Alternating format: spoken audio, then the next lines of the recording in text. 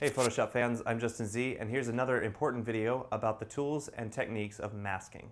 Okay guys, so now that we have created a perfectly perfect mask, as you can see here, which is perfect, I'm going to show you a few things that you can do with it. Besides the obvious effect of being able to move it around, like so, and being able to apply it to other images, you can add effects to it. And the beautiful thing about adding effects to a vector mask is that the effects are scalable to the mask itself.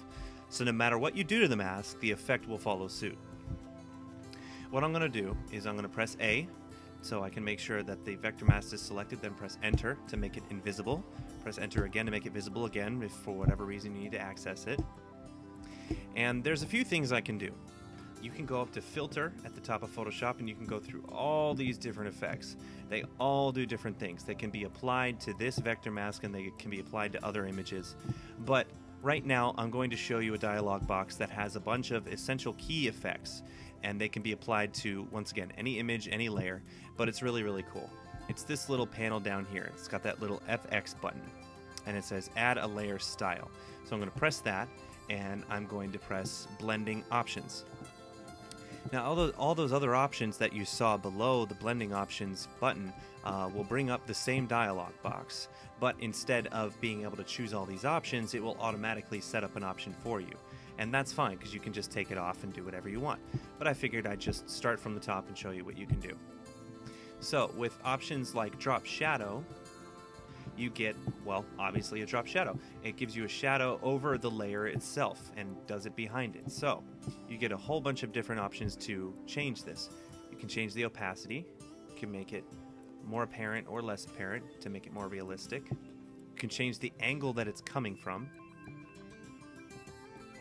You can change the distance, so if there's no distance at all, then it shows up completely around the object itself.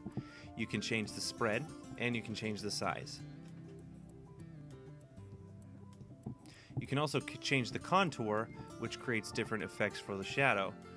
The one that looks like a triangle is the most realistic one, but each one can have all kinds of cool different effects, and it's really up to you on how you want to use it. Noise will determine how many pixels will show up in the drop shadow, and you can change this to whatever you like depending on what your interest is. Now there's all kinds of other effects that you can do with this. You can do inner shadow, which does the exact same thing as drop shadow, only it's inside the object itself. You can do outer glow, which you can't see right now because the background is white, so I'm going to change that. I'm going to change the background color to black, okay, and then press Command Delete, and it changes it to black. So we click back on the bottle, we go back to FX, blending options, and we click on outer glow, and there we go.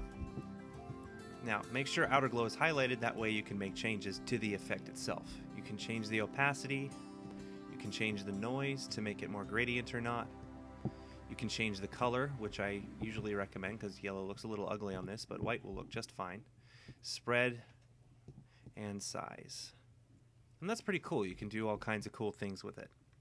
And most of these effects have the same options, especially blend mode, which gives you all kinds of different options as far as how it will look. So once you're happy with a layer and you want to apply it, you press OK, and as you can see, the effect is still there.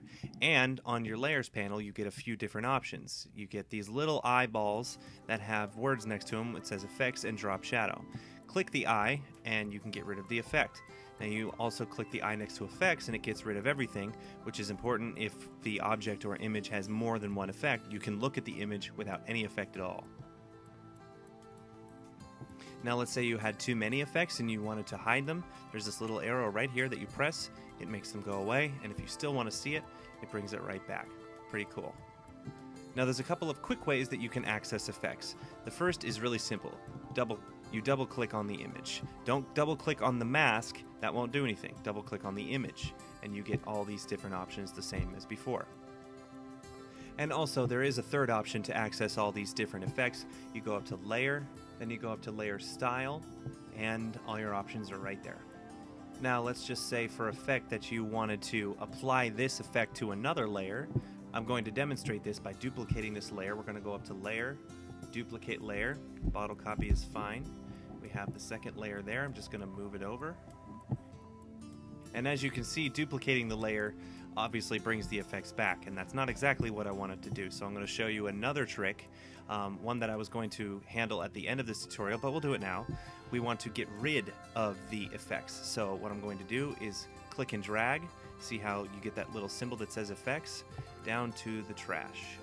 Now it's gone, but I want to put it back on there. So we're going to hold the Alt key or the Option key for the Mac, click and drag into the next layer, and there you go. The effect is automatically applied.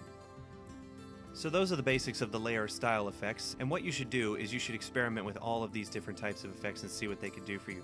They don't just apply to vector masks, they apply to layers, text, all kinds of things, and they are incredibly useful and incredibly easy to use.